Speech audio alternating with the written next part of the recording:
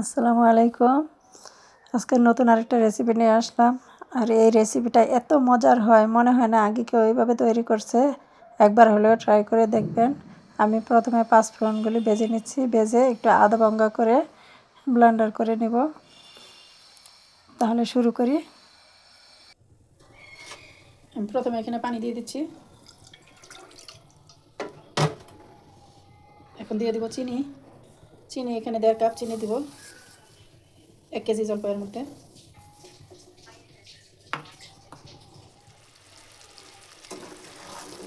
যেহেতু ক্যারামেল হয়ে আসতে আমি বাদ বাকি মশলাগুলো দিতে থাকবো। তেজপাতাগুলো দিয়ে দিচ্ছি। এখানে দিয়ে দিচ্ছি দারচিনি।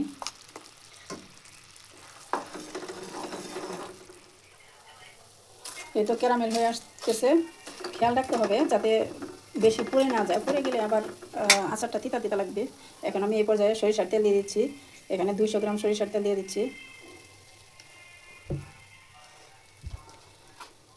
এখন আমি দিয়ে দেবো পাঁচফোড়নটা।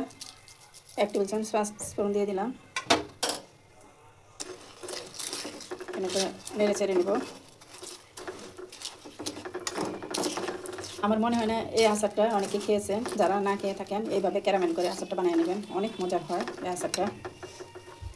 এখানে আছে আদা কুচি আর আস্ত রসুন, এগুলো পরিমাণ মতো দিলেই হবে, বেশি কম বেশি হলেও কোনো অসুবিধা নাই। আমি আদা কুচিগুলো দিয়ে দিলাম আর রসুন।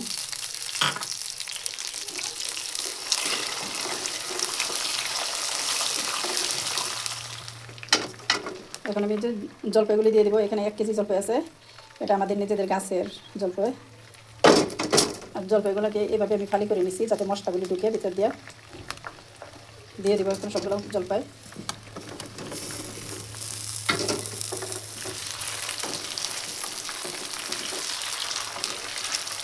এখন এটা মাঝে মধ্যে নাড়া দিয়ে দিতে হবে। আর আপনি যদি বেশি গলাইতে চান তাহলে বেশি করে একটু জাল করতে হবে আর নাড়াচাড়া করতে হবে। আর একটু আস্তে রাখতে চাইলে একটু নাড়াচাড়া করা যাবে না।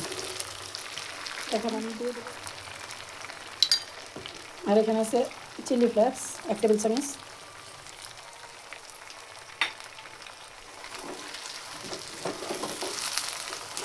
এখন এটা সিদ্ধ হওয়া পর্যন্ত নাড়াচাড়া করতে হবে মাঝে মধ্যে। আমি এই পর্যায়ে দিয়ে দেবো সামান্য হলুদ, একটু কালারটা ভালো আসার জন্য। আর দিয়ে দেবো কাসুন্দি, 2 টেবিল চামচ কাসুন্দি দিয়ে দিচ্ছি। আর দিয়ে দিচ্ছি ভিনিগারও 3 টেবিল চামচের মতো দিয়ে দিলাম। তাহলে বছর জুড়ে আচারটা খেলেও নষ্ট হবে না, নষ্ট হওয়ার কোনো সম্ভাবনা থাকবে না।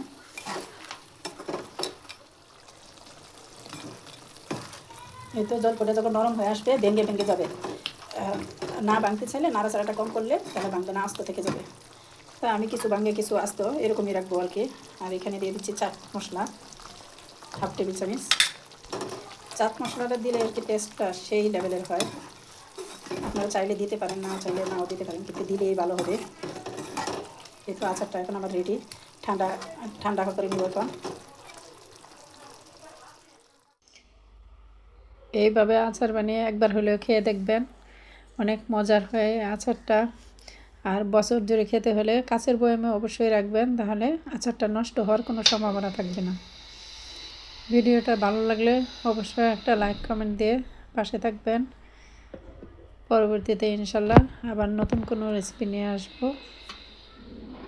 আজকের মতো আল্লাহ হাফেজ।